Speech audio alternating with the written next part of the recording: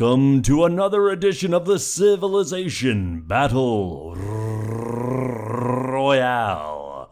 My name is Dawkinzz, and this is episode 4, The Irony of Fate. This one is narrated by Admiral Cloudberg. He's pretty great. And with this episode, it is full of abrupt reversals of fortune and other surprises. This is a part that will most certainly shatter expectations. Starting on turn 61, let's get right into it. Welcome back to Groundhog Day. Wait, you're telling me this is the CivBattleRoyale? Well, hello everyone, it's Admiral Cloudberg here, creator of the Groundhog Day AI game, now in its 11th mark, power ranker and analyzer of plane crashes. If you like last part's narration, you might not like this as much, but if you didn't like it, then you might like this more. It's the eternal balancing act of every narrator. More narrative or more analysis. But worry not, no matter which one you prefer, this will surely be a part of excitement for all manner of readers. Disclaimer, I've not read this part yet. P.S. I tried to make a pun with never gonna let you down, but I couldn't think of any. Hashtag just Selknam things. For our original content this week, I highly recommend everyone check out Dawkinzz, that's me, and my very own modified Stranger Things intro and credits scene, wherein strange stirrings from Tierra del Fuego are foreshadowed. You can check it out. I might even put a link or a little pop-up. I don't know how that works, but check out my channel and it's there. It's pretty fun. Cool. In Enigma Conundrum's OC, Nathaniel the Silversmith breaks down the exit polls from the latest HRE election, usurping. Bismarck may have been ousted, but a man of the people will soon rise to power. Those of you who like my analytical narration will probably also enjoy this tile-accurate map by Der Erlenkönig, who painstakingly reviews the video to determine exactly which tiles are owned by which civs. Note the conspicuous lack of Shia green. And for those who are more artistically inclined, here's Spherical Melon's distinctively non-melon-shaped melon map, which manages to make Europe look even more like a clusterfuck than it already is. Admiral Cloudberg says, I'll have you know, I kept the Comugs in first. The Civs seem to be playing hot potato with number 1 spot so far, as this part it bounces back to Zimbabwe, who held it after part 1. The Comug Mongols, who were number 1 last time, slip back to second, but it won't take much for them to reclaim the top spot. Race your banners. Now on to the action. As many predicted after part 3, the Seljuks do indeed recapture Ray from Oman. Note that this screenshot was grabbed from during that turn, so we see the exact moment that the city flipped, before the borders had even updated. However, Oman has a trireme coming up the Persian Gulf, which could help flip it back. Also noteworthy, Oman joins the Nubia dogpile, although they may just be doing this to be on the good side of African civs. They'll be more likely to let Oman have Zanzibar that way.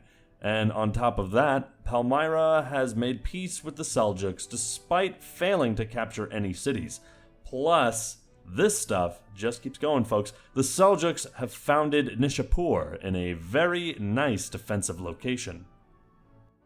Shang diplomacy in exile. The Shang, presumably living on in the form of a scout attending ScoutCon, have made peace with Canton. Fat lot of good it'll do 'em. Meanwhile, Shikoku's invasion of Korea seems to have reached a hesitant stalemate. Seonjo has one melee unit nearby, but can he move it next to Pyongyang to retake it? Many long years of watching the Civ 5 AI says, probably not. By the way, I've been informed that the 2 religions founded this turn are the Iroquois and Beta Israel. No word on what religions they chose or what beliefs are. Lime's note, the Iroquois found Orenda, while Beta Israel founded Judaism. Beliefs will have to wait. Years of rice and salt. The Moors continue to expand up the west coast of France, founding Saragossa, aka Zaragoza, near real-life Nantes, or Nantes. whatever. A Holy Roman settler appears to have just barely lost the race to settle this area, and a Venetian settler is already turning around in resignation. Western France firmly belongs to the Caliphate, at least for now. The Benghazi Affair. Here we have a classic case of Algeria being incompetent. The siege of Benghazi is going well, except for the fact that Abdelkader has no melee units anywhere nearby. Wasn't this supposed to be Nubia's problem? Anyway, if the war continues like this, both civs will be worse off. Je ne parle pas le français? Ah, yes. This is the theater everyone was waiting for. Haiti continues to hold Caracas in yellow HP, but Toussaint L'Ouverture seems to be splitting his navy to attack Maracaibo at the same time. It's not a great plan if you ask me. His army and navy are only just big enough to take Caracas, even if he ignores all other targets. Transcontinental Death March. A smattering of Ndongo units filters into Nubian territory in the vicinity of Meroe, where they will presumably be slaughtered at the hands of Paye's special archers. Paye, PA, please correct me in the comments. Nzinga had better watch out, since the last scene in Part 3 showed a large Zimbabwean army ready to invade her southern border, while half her army is wandering in the Sudan. Not exactly Paul Kruger. While Australia builds up its 4th and 5th cities, Papua has finally founded its 3rd. It bears the rather menacing name of Borera, most likely a futile attempt to conjure a little bit of the strength of Mark II's Boers. Of course, we all know what ultimately happened to them, though. Gathering Storm. Here's a look at the current position of Zimbabwe's vast army, as well as their new city of Nonguza, possibly my favorite city name on the map right now, and I have no idea why. Terrain is on Nzinga's side in the event of a war, but would she be able to hold off the horde? Down in South America, Uruguay is shifting its large army around while perhaps considering a strike against the Selknam. A bad decision if you ask me. But would Lavalleja be able to breach the Andes? I certainly have my doubts. I think he honestly jinxed himself the moment he decided not to settle Ciudad de la Costa on the coast. Vancouver, Vancouver, this is it. The Iroquois have had Vancouver down to 0 HP since last part, and a melee unit is only 2 turns away from the city. Fortunately, Canada has founded Winnipeg to make up for the impending loss of Vancouver. Unfortunately, anyone familiar with either city would know that this is not a fair trade. Down but not out. As the contestants take their next turn, we intercept a bold declaration of war by Czechia against Venice. Enrico Dandolo is probably protected by the Alps, but the size of Václav Havel's army suggests that a city trade in the peace deal is not out of the question. Siberian Slog. The war between the Kazakhs and the Nenets remains stalemated amid the dense Siberian boreal forests. Seems to me that Ablay Khan would do best to cut his losses here and prepare for war with Parthia instead. Side note, I believe the wonder that Prussia built is Templo Mayor, which increases the production of other wonders by 15% and includes an engineer specialist slot. It's pretty powerful in this game. Tien Shan Tango. Parthia and the Kazakhs continue to settle in each other's faces as Ablay Khan plops down Otrar near the Amu Darya River, and Mithridates settles something completely unreadable right in front of another Kazakh settler. War between these two seems inevitable, but neither side appears to be mustering their forces right now. No rest for the weary. We have a new major war in China on our hands. Qingxi cannot tolerate Yingzhang's rapid expansion into what she doubtlessly considers to be her rightful territory, so she declares war on the Qin. Canton has quite the army ready to besiege Yongyang, but Qiangxi is wide open, if you ask me. We could see both sides gaining cities in this war. There's also the question of whether the Qin settler can plant itself before Canton wipes it out. Steppe hordes. My goodness, the Kamag army is ferocious. They don't even have enough room in their territory to keep all of the units. That said, Xixi is making sure that Qing won't look like an easy target. Her cities have walls, and her army is nothing to shake a stick at either. If they were to declare war on one another, it would be quite the battle. The coalition fails. Nepal and India both make peace with Maratha after a fruitless war, during which their enemies spam cities with impunity. Next thing we know, Nepal and India will probably be back at war with each other, while Maratha continues to eat up more and more of the Indian subcontinent. Background note, Oman has made peace with the Seljuks without recapturing Ray. Shameful from Saif bin Sultan, he really could have taken that back. Not exactly El Dorado. Bold move from the Nazca. Kuachi must have concluded that if Kukuro can build unconquerable cities in the Amazon, so can he. Only problem is, he has to worry about the Kukuro, who won't be happy with this at all. Anetu doesn't have a big army, but it's surely big enough to take Paradones. Send forth the settlers. The Vikings are working to fill out Scandinavia as quickly as they can, settling Vasteras, well inland. 2 more settlers are headed out to settle more cities in Sweden. Ragnar is doing well to lock the Sami out of this area because if Eadni got here first, the Vikings wouldn't have much room left to expand. On the other hand, Viking fans should be worried that Ragnar doesn't appear to have built a single boat yet. Also worth noting, Muscovy declared war on Qin, similar to Qing's earlier long-distance war declaration against Prussia. Is this a sign of a coalition forming against Yingzhang? Or is everyone just trying to look tough? Escape from Madagascar?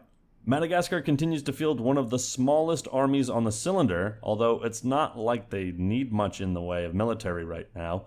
Also, another settler has appeared. Could it be headed for the mainland?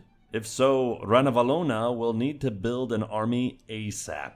Daily reminder that the primary language of Madagascar is Malagasy, which is related to the languages spoken by Sulu and Tonga, and not any of the African civs. That's pretty cool.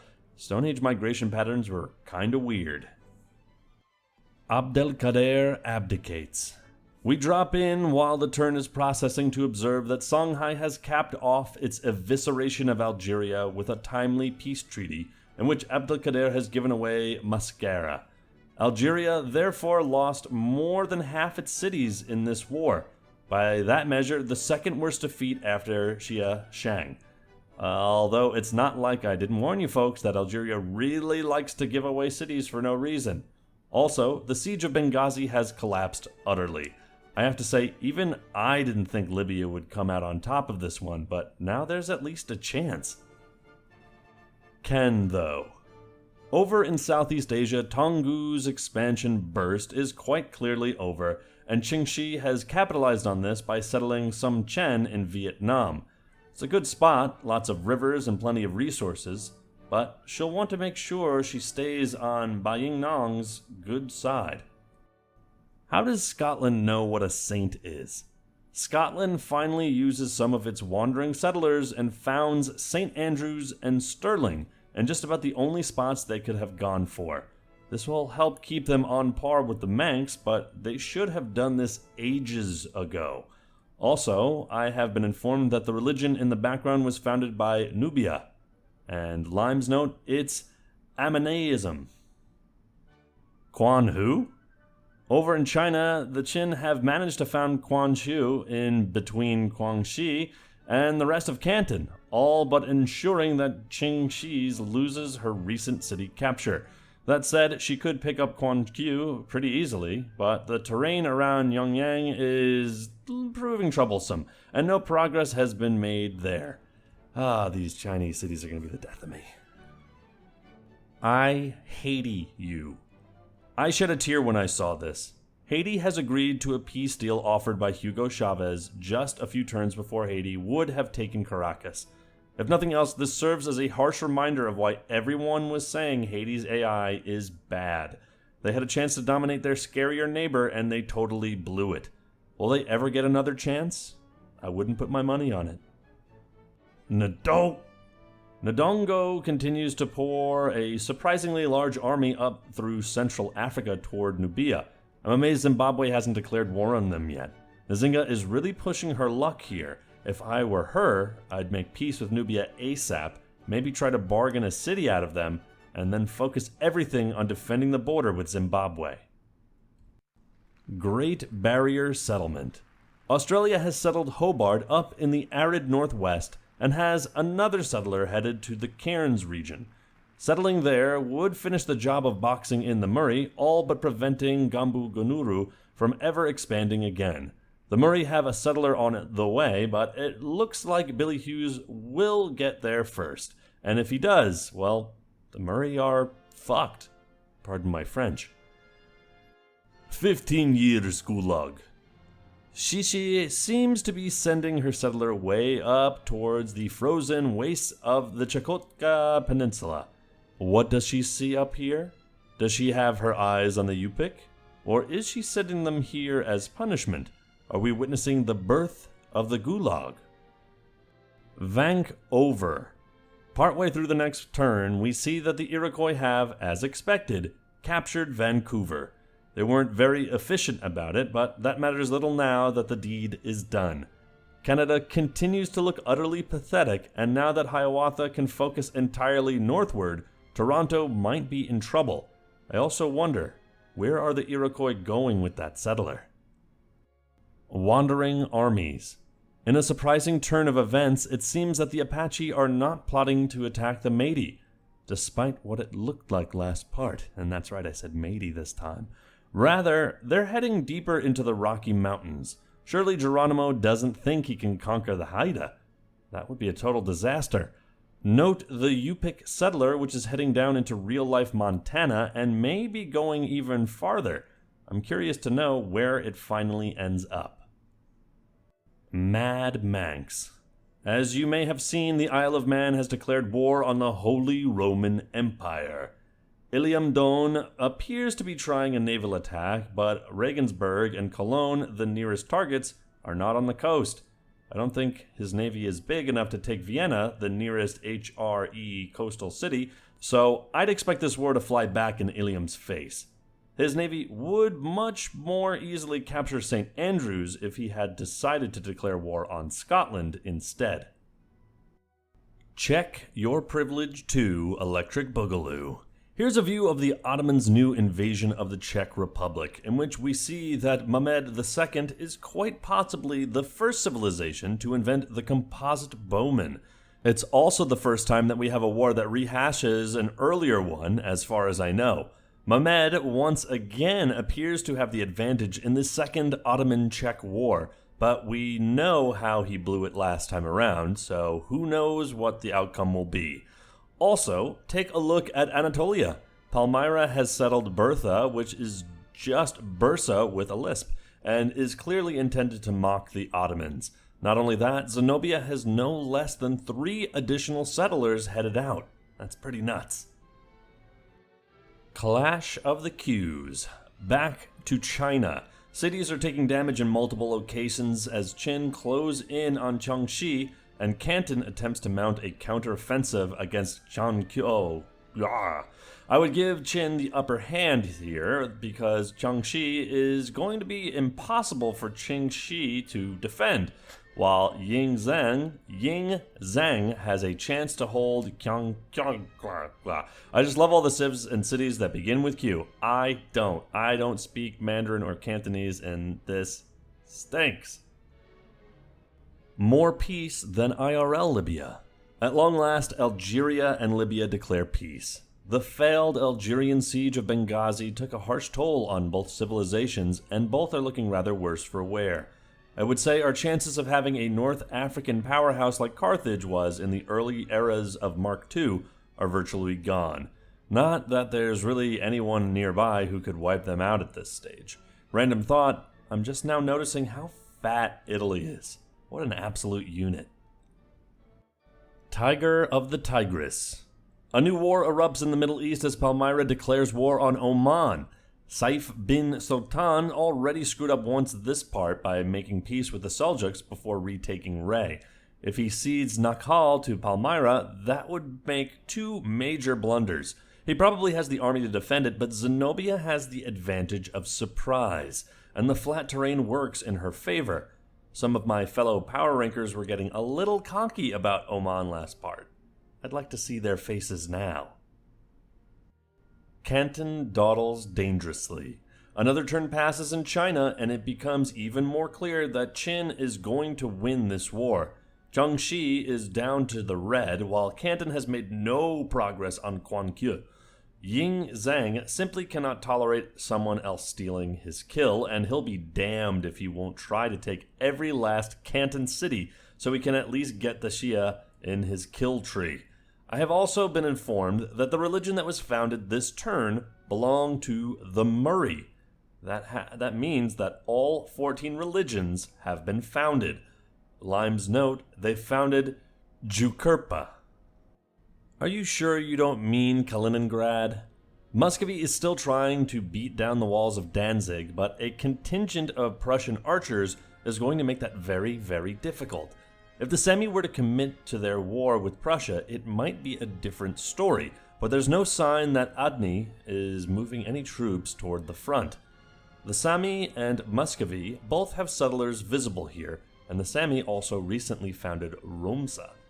It's good that Ivan is still thinking about expanding, because if he doesn't expand up into northern Russia, he'll be encircled by the Goths in no time.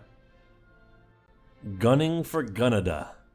New Zealand really dropped the ball last part. If they had ignored Gunnedah and focused their navy on Kavanbah, they could have captured it, making them the second civ to take a capital. But no, they split their forces and exhausted themselves. I had high hopes for New Zealand going into this royale, and so far they are not quite living up to them.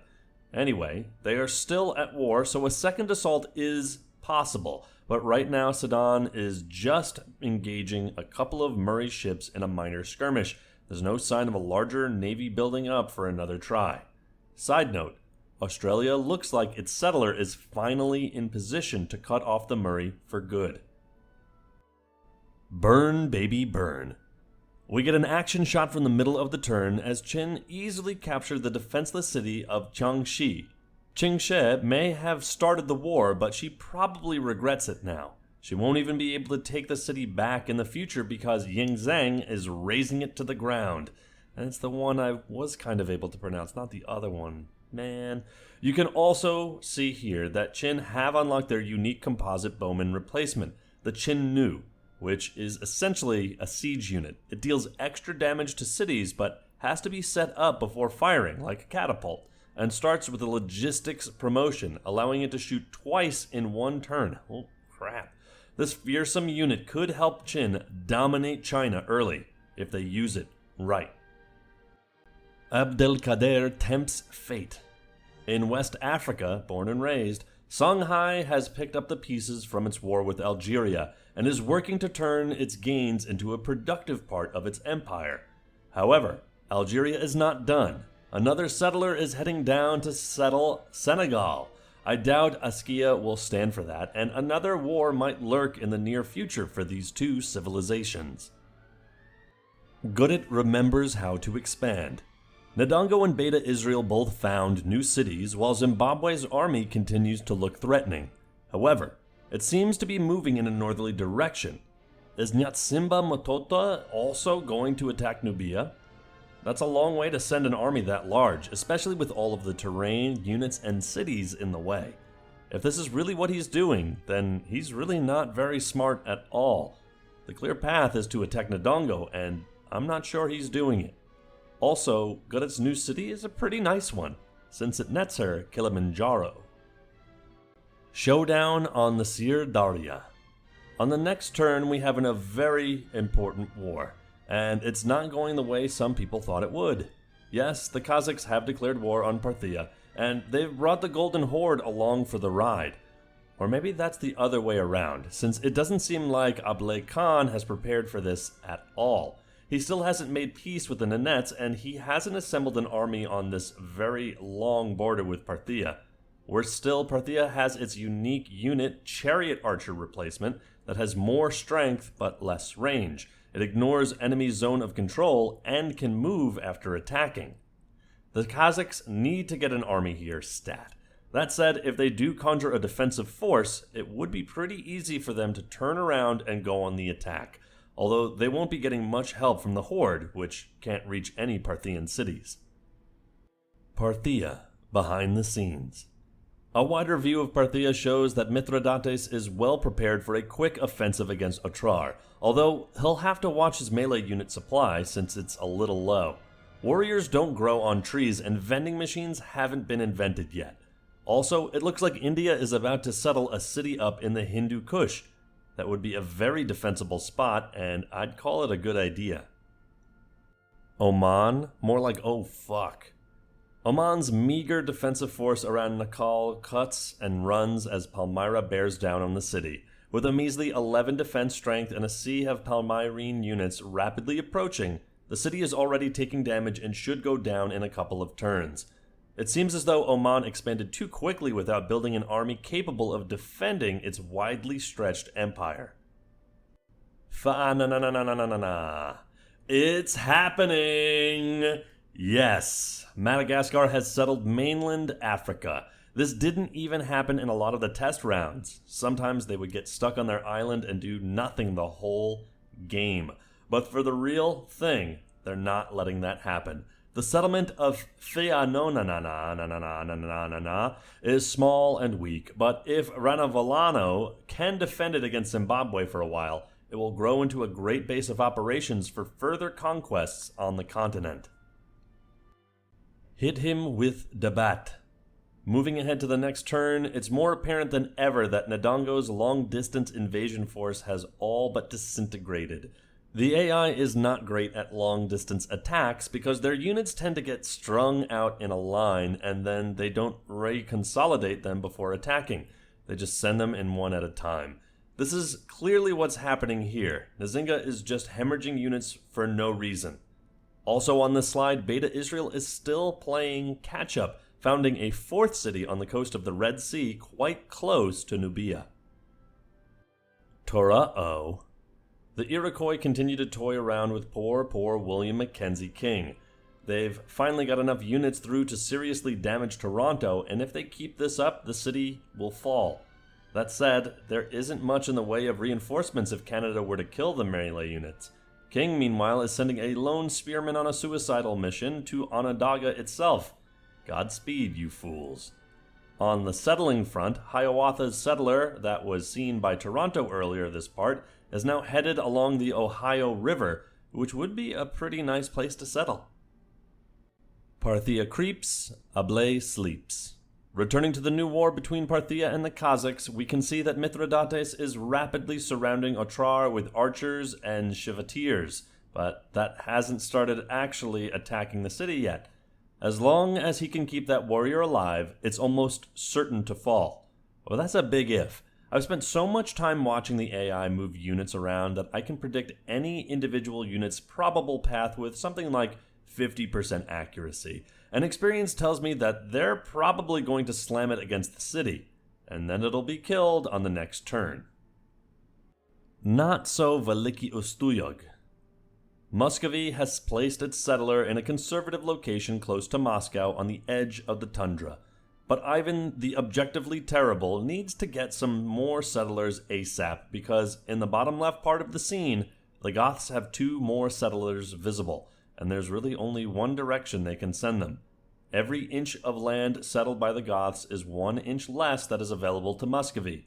Also, fun observation, the Kazakh military is heavily concentrated in the Urals, nowhere near anything. Outfoxed? The empty lands between the Iroquois and Poverty Point are ripe for the taking, and based on Hiawatha's settler, he's going to get there first. Poverty Point hasn't built a single settler all game, and the only reason they're not total trash is because they managed to conquer a city instead. But that won't exactly cut it when the Iroquois are gearing up to spam cities into Tahera's neighborhood. We also have a good view of the big green effigy mound next to Jaketown. For those who don't know what that is, an effigy mound can be built once per era by Poverty Point's unique great prophet, the Foxman. When an effigy mound is built, Poverty Point can pick a new, quote, spirit guardian that watches over their civilization and picks various bonuses and changes the yields of effigy mounds. Right now, they apparently have the Old Man Above, which makes religious units cheaper and increases the faith yield of effigy mounds. Too bad all the religions were already founded, making this mostly useless. So blind he can't see Italy. Finally, we get a complete overview of Venice. Enrico Dandolo has settled Lido in real-life Croatia, while he continues to avoid the Italian peninsula. That said, he does have another settler finally headed down toward Rome. Manoa already owns land in Italy, but if Venice can crank out another settler or two, they should be able to fully claim the peninsula before it's too late. Also on this slide, the Holy Roman Empire has settled Switzerland, and the Czech Republic has another settler, although it's not clear where they'll put it. And the Ottomans are damaging Ostrava, while Václav Havel has built walls in the city to make it even harder to capture. Hong Kong imitates real life. Fucking ouch. That hurts even more than stepping on a Lego, no joke. Canton gives up on its war without even trying to capture Kwangkyong, and actually gives away Hong Kong in the peace treaty. And on top of all that, Qin decides to burn the 9-pop city to the ground. This is a total disaster for Canton Front, which I don't expect them to ever recover. This should also serve as a warning to anyone else thinking of eliminating a civ early in the game. What happened to Canton could happen to you. Although Canton started the war, so maybe it's their own hubris. Darwin Award. New Zealand is still throwing ships at the Murray, but Sudan really needs to pull back and assemble a large, cohesive navy. What he's doing right now is just wasting ships by throwing them into the battle 2 or 3 at a time. Also, the Murray now have 2 more settlers, but Australia has settled Darwin, all but cutting them off. They could still squeeze through the gap west of Meanjin, but will they do so in time? Not sure. It's survival of the fittest. Fall back to Nizwa. Palmyra storms the streets of Nakal, sending Omani troops packing as Zenobia locks down the Fertile Crescent. Saif bin Sultan has a decent force ready to defend Nizwa, but the damage is done. The loss of Nakal is definitely going to hurt Oman for a while.